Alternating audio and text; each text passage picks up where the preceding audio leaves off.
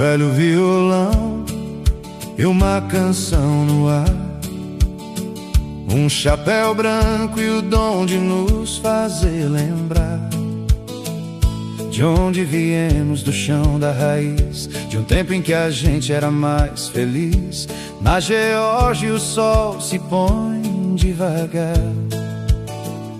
e a sua voz continua a nos guiar. É sobre o amor, o trabalho e a fé, sobre o homem simples que sabe o que quer.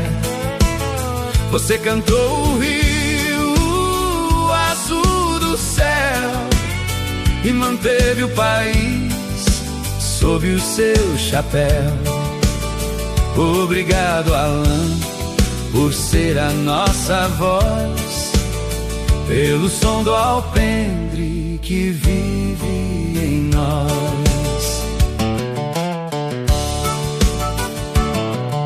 Do Chataúchi até a livraria, você trouxe verdade em cada melodia.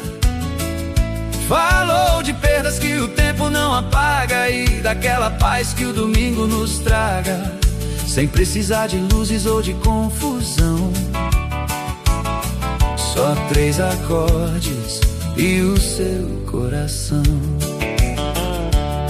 E se o mundo mudar e tudo for pressa, sua música é a pausa que a alma interessa.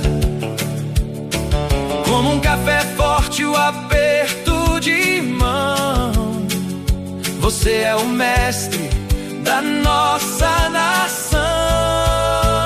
É sobre o amor, o trabalho e a fé, sobre o homem simples que sabe o que quer. Você cantou o rio azul do céu e manteve o país sob o seu chapéu.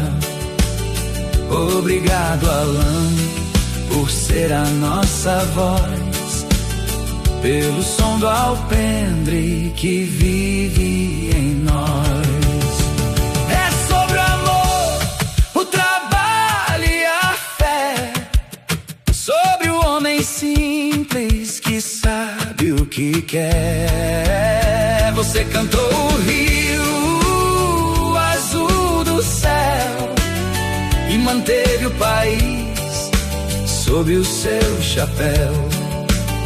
Obrigado, Alan, por ser a nossa voz, pelo som do alpendre que vive em nós. Continue tocando com calma e paixão. O tal 3 ainda ecoa no chão. Alan Jackson, o coração da canção.